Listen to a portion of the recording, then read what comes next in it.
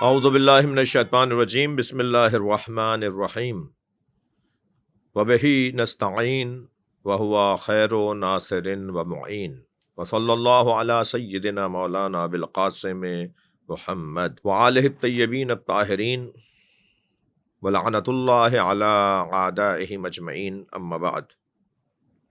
قال امیر المومنین علی بن ابی طالب علیہ السلام انما یستدل علی الصالحین بما یجری اللہ لهم علی السن عبادہ ولیکن احب الذخائر الیک ذخیرۃ العمل الصالح۔ امیر المومنین علی بن ابی طالب علیہ السلام نے جو حضرت مالک اشتر کو خط لکھا کہ ایک گورنر، ایک سربراہ مملکت، ایک ریاست کا سربراہ کن طریقوں، کن روشوں، کن اسلوب کے مطابق زندگی بلکہ حکومت کو چلائے اور زندگی اپنی اس انداز سے رکھے کہ اس کی حکومت کامیاب حکومتوں میں تصور کی جائے۔ کیا کرے ایک حاکم، کیا کرے ایک گورنر، ایک صدر، ایک وزیر اعظم، ایک مملکت کا سربراہ کیا کرے کہ اس کی مملکت اس کے ہوتے ہوئے، اس کی وجہ سے، اس کے اقدامات کی وجہ سے کامیاب ریاست تصور کی جائے۔ گزشتہ چند نشستوں میں ہم مولا کی ان نصیحتوں کو بیان کرتے آ رہے ہیں، اور آج اس نشست میں مولا کے ان دو فقروں کو پر غور کریں گے۔ سب سے پہلا تو آپ نے فرمایا انما یستدل علی الصالحین بما یجری اللہ لهم علی السن عبادہ۔ نیک کردار بندوں کی شناخت اس ذکر خیر سے ہوتی ہے جو ان کے لیے لوگوں کی زبانوں پر جاری ہوتا ہے۔ لوگوں کی زبانوں پہ جو ذکر خیر جاری ہوتا ہے وہ در حقیقت نیک کردار بندوں کی شناخت کا ذریعہ ہے۔ امیر المومنین چاہتے یہ ہیں کہ عوام، رعیت حکمران کی تعریف کرے، حکمران کے بارے میں اچھا خیال رکھے، بولے کہ انہوں نے ہمارے لیے یہ کام انجام دیا، انہوں نے ہمارے لیے یہ کام انجام دیا۔ لوگوں کی جو خدمات ہیں، لوگوں کے جو مسائل ہیں، جو مشکلات ہیں، ہم خاص طور پر اگر عالمی سطح پر لیں اور بالاخص پاکستان کے حوالے سے اگر لیں، کیا ہمارے حکمرانوں کے لیے عوام ان کے جو کارہائے نمایاں ہیں، کوئی ان کی نیکیاں ہیں، کوئی ان کے خدمات ہیں، ان کو بیان کرتے ہیں؟ اگر کرتے ہیں تو کامیاب ہیں، امیر المومنین کے اس قاعدے کے مطابق کامیاب ہے۔ کیا کیا ہے انہوں نے لوگوں کے لیے؟ کیا سہولتیں، آسائشیں، آرام، مثلا تعلیم کے میدان میں کیا کیا ریاست کے سربراہ نے؟ مثلا صحت کے میدان میں کیا کیا ریاست کے سربراہ نے؟ مثلا امن و امان کے حوالے سے کیا اقدامات اٹھائے گئے اور ان سے کیا نتیجے نکلے؟ مثلا معاش کو بہتر کرنے کے لیے حکمران نے کیا فیصلے لیے اور ان فیصلوں پر کس حد تک عمل ہوا؟ یہ وہ عنوانات ہیں کہ جن کو در حقیقت عوام کا مسئلہ اگر کہا جائے تو درست ہے۔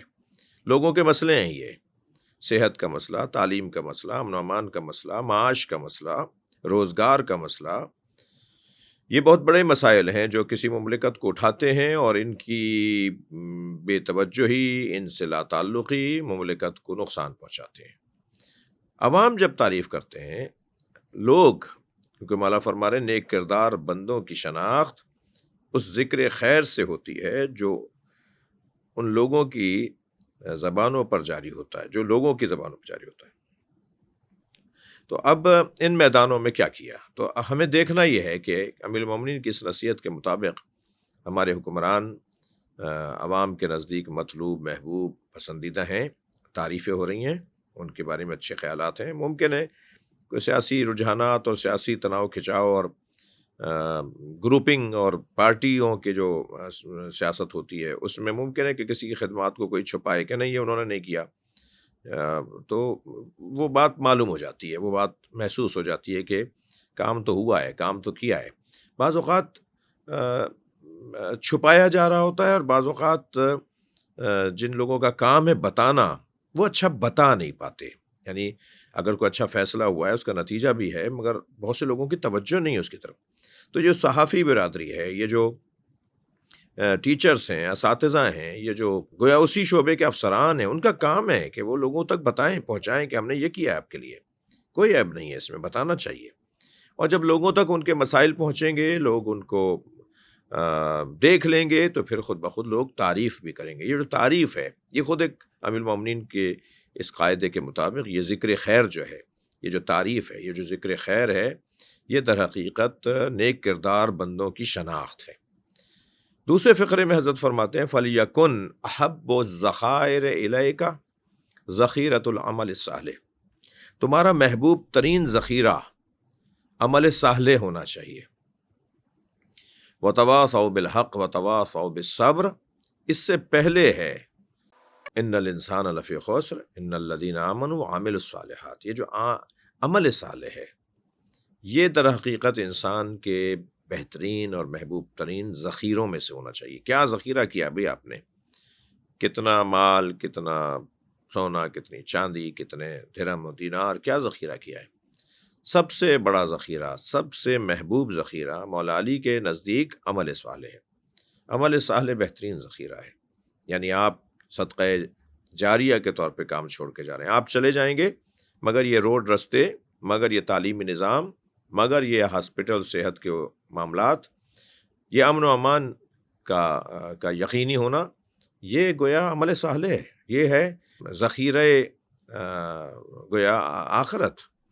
یہ جب تک یہ عمل انجام ہوتا رہے گا اور لوگ اس سے استفادہ کرتے رہیں گے، عوام اس سے استفادہ کرتے رہیں گے، تو یہ در حقیقت اس حکمران کے لیے ایک ذخیرہ ہے۔ اور یہ ذخیرہ جو بہترین احب الذخائر میں ذخیرہ العمل الصالح، ذخیرۃ العمل الصالح۔ احب الذخائر کیا ہے؟ بہترین ذخیرہ کیا ہے؟ ذخیرۃ العمل الصالح، عمل صالح کا ذخیرہ۔ پروردگار عالم سے دعا ہے کہ اللہ ہمارے حکمرانوں کو اس انداز سے سوچنے کی توفیق عطا فرمائے۔ شکریہ۔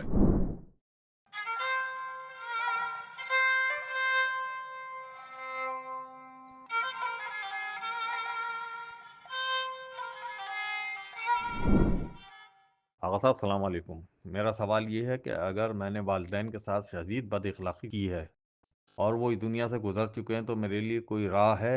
اور کیا اس گناہ میں ہر وہ بھی برابر کا شریک ہے جس نے مجھے عمل بالمعروف اور نہی عن المنکر نہیں کیا؟ یہ جو سوال ہے آپ کا، یہ بہت ہی حساس مسئلہ ہے بھائی۔ والدین کے ساتھ بدسلوکی، عاق الوالدین، یعنی جنت اس پہ حرام ہو جائے گی جس سے والدین ناراض ہو جائیں گے۔ عاق الوالدین کا مطلب میراث سے محرومی نہیں ہے۔ عاق الوالدین سے مطلب مقصد اس کا معنی ہے جنت سے محرومی، آخرت تباہ، آخرت برباد۔ وَاغْفِضْ لَهُمَا جَنَاحَ الذُّلِّ مِنَ الرَّحْمَةِ قُلْ رَبِّ ارْحَمْهُمَا كَمَا رَبَّيَانِي صَغِيرًا۔ اللہ اکبر۔ اما یبلغن عندک الکبر احدہما او کلاہما فلا تقل لہما اف ولا تنہرہما، جھڑک کر بات نہیں کرو، اف نہیں بولو۔ قل لہما قولا کریما، ان کے لیے میٹھے، دھیمے، پیارے، اچھے لہجے کو استعمال کرو، اس سے بات کرو، ان سے پیار سے بات کرو۔ اگر ایسی کوئی کیفیت ہو جائے، شیطان، آپ نے کہا کہ امر بالمعروف و نہی عن المنکر نہ کرنے والے بھی اس میں شریک ہیں، کرنا چاہیے تھا انہیں امر بالمعروف نہی عن المنکر، مگر جو والدین کے منہ آ رہا ہو، جو والدین کے ساتھ بدتمیزی کر رہا ہو، اور کون سا رشتہ رہ جاتا ہے کہ جس کی وہ امر بالمعروف اور نہی عن المنکر کو سنے گا؟ اور کون سا رشتہ ہے کہ جس کی وہ بات، جس کا وہ احترام کرے گا؟ جہاں والدین کا احترام نہیں ہے وہاں اور کس کا احترام ہے؟ پھر معاشرے میں کسی کا بھی احترام نہیں ہے۔ نبی فرما رہے ہیں انا والی ابا حاذ الامہ، میں اور علی اس امت کے دو باپ ہیں، فاطمہ تو ام ابیہا، اہل بیت کی عظمتوں کو بھی باپ اور ماں کی عظمت کے ساتھ سمجھایا ہے تاکہ لوگوں کو مانوس رہے، لوگوں کو پتہ چلے، لوگوں کو اس کا اندازہ ہو، یعنی وہ محسوس کر پائیں۔ اب بات یہ ہے، سوال آپ کا یہ ہے کہ اگر آپ نے ایسا کیا ہے تو کیا اس کا کوئی حل ہے؟ تو دیکھیے، حل اس کا یہ ہے کہ ان کے لیے اتنی نیکیاں کریں، اتنا ان کے لیے اصال ثواب کریں، اتنا ان کے لیے کار خیر کریں، اتنا ان کے لیے صدقہ جاریہ اور ان کے لیے نیکیاں انجام دیں کہ وہاں ان کی روحوں کو شادمانی اور ان کی روحوں کو خوشی نصیب ہو، اور وہاں جو ان کے لیے آخرت میں، برزخ میں مسائل ہیں، ان مسائل میں جب انہیں آسانی ملے گی تو وہ معاف کر دیں گے، ان کی روحیں معاف کر دیں گے. پھر وہ جو عاق الوالدین کا عذاب ہے، گناہ ہے، اس سے آپ ٹل سکتے ہیں، اس سے آپ بچ سکتے ہیں. جی السلام علیکم. کیا مولا علی کو اور رسول کو قرآن کا علم پہلے سے تھا، اور کیا مولا کو رسول پہ آنے والی وحی کا پہلے سے معلوم ہوتا تھا کہ جبریل اللہ کی طرف سے کیا وحی لائے ہیں؟ کیا قرآن کا علم نازل ہونے سے پہلے رسول اور مولا علی کو معلوم ہوتا تھا؟ اگر ہاں تو پھر اللہ نے جبریل کو وحی لے کے جانے کے لیے کیوں بھیجا، جو چیز رسول کو پہلے سے معلوم تھی؟ اس پر رہنمائی کیجیے، شکریہ. بہت اچھا سوال ہے، علمی سوال ہے. قرآن کا نزول دو طرح سے ہے، نزول دفعی اور نزول تدریجی.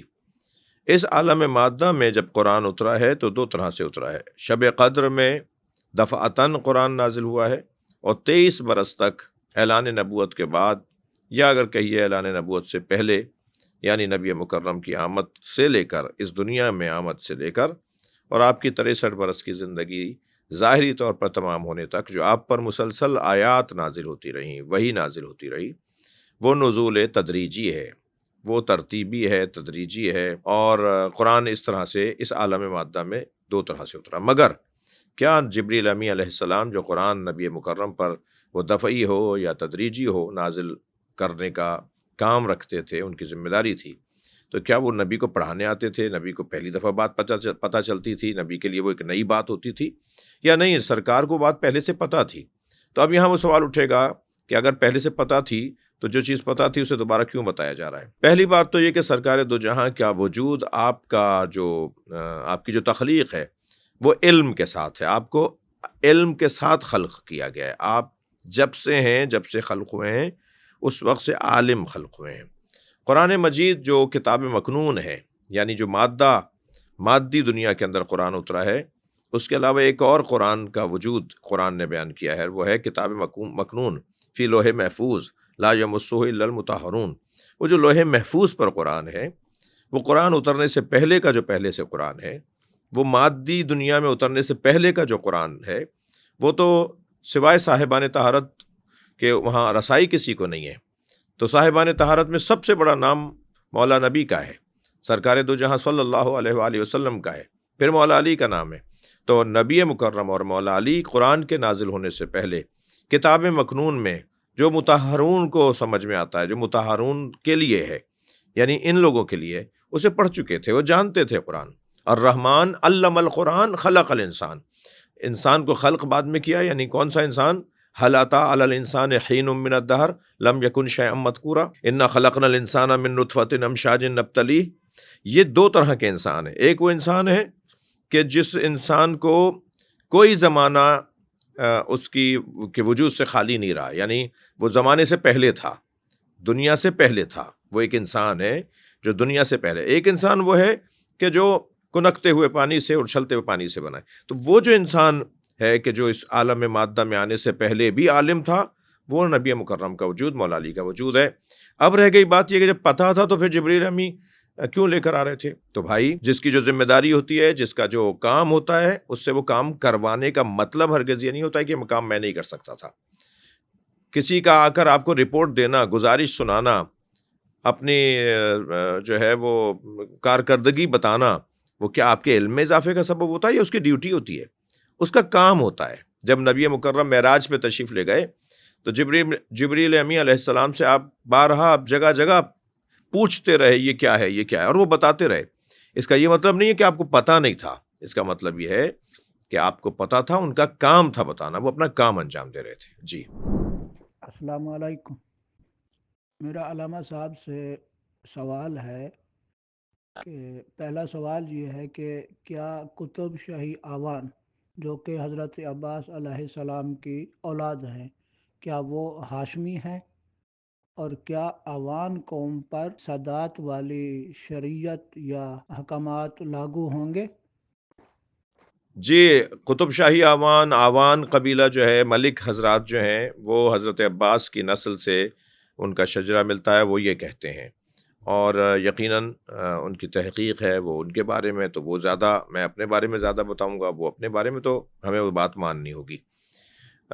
جہاں تک بات سادات کی ہے تو ہاشمی غیر ہاشمی سے اولا ہے، پھر ہاشمیوں میں ابو طالبی غیر ابو طالبیوں سے اولا ہے، پھر ابو طالبیوں میں یعنی حضرت ابو طالب کے خاندان میں حضرت عقیل، حضرت جعفر، حضرت جو ہے وہ طالب، اگر حضرت طالب کی نسل ملے تو، پھر حضرت ابو طالب کی نسل میں علوی، مولا علی کی نسل اور خاندانوں سے اور ہاشمیوں سے، طالبیوں سے زیادہ افضل ہے۔ پھر علویوں میں یعنی مولا علی کی اولاد میں جو فاطمی ہیں وہ سب سے اعلیٰ اولا سادات کا عنوان رکھنے والے ہیں، یعنی فاطمی سادات ایک سادات میں زیادہ سے زیادہ جس کو کہہ لیں کہ بہترین، اگر نسلی ترین اگر کوئی خاندان کہلائے گا تو وہ فاطمی سادات کہلائیں گے۔ اب آ جاتی ہے بات کہ جو شرعی احکامات ہیں سادات کے، وہ غیر سادات سے مختلف ہیں۔ مثلا صدقہ سادات پر حرام ہے، تو سادات کو صدقہ، یہ حکم کیا علویوں کے لیے، ہاشمیوں کے لیے، ملکوں کے لیے، اعوان کے لیے بھی ویسا ہی ہے۔ تو ان سارے میں جو عنوانات ہیں ان سب میں قیل و قال ہے، بحث و مباحثہ، شک و شبہ ہے، لیکن فاطمی سادات کا جو صدقے کے حوالے سے یا شرعی احکامات کے حوالے سے جو مقام ہے وہ سب سے روشن اور واضح، یعنی فاطمی سید کے لیے جو شرائط ہیں سادات کے، وہ اگر پورے اترتے ہیں تو وہ صرف فاطمی سادات کے لیے، یعنی وہ جو مولا علی اور جناب زہرا کی نسل ہے، یعنی حسنی یا حسینی، یعنی امام حسن مجتبیٰ کی نسل سے وہ فاطمی ہیں سارے، یا مولا حسین کی نسل سے وہ سارے حسینی ہیں۔ اور کیونکہ امام زین العابدین علیہ الصلاۃ والسلام کے بعد یعنی امام محمد باقر کے بعد جتنے سادات ہیں، جو امام محمد باقر تک سادات ہیں، وہ کچھ حسنی کہلائیں گے، کچھ حسینی کہلائیں گے۔ امام محمد باقر کے بعد، امام جعفر صادق کے بعد، یعنی جو سادات امام جعفر صادق اور بعد کے ائمہ کے ہیں وہ حسنی حسینی ہیں، یعنی وہ سید حسنی بھی ہیں، حسینی بھی ہیں۔ لیکن جو امام صادق سے پہلے ہیں وہ کچھ حسنی ہیں، کچھ حسینی ہیں، یعنی وہاں سے اگر لڑی شروع ہو گئی ہے، وہاں سے اگر شجرہ آگے بڑھ رہا ہے، امام باقر سے پہلے اگر نسل سادات کی کسی میں کوئی شاخ بنی ہے تو اس شاخ میں آنے والے یا حسنی ہیں یا حسینی ہیں، لیکن امام صادق کے بعد سے حسنی حسینی ساتھ ہو جاتے ہیں، یعنی امام صادق کے بعد کے ائمہ کی جتنی بھی اولادیں ہیں وہ سب حسنی حسینی ہیں۔ پروردگار عالم ہمیں سادات کا احترام کرنے کی توفیق عطا فرمائے۔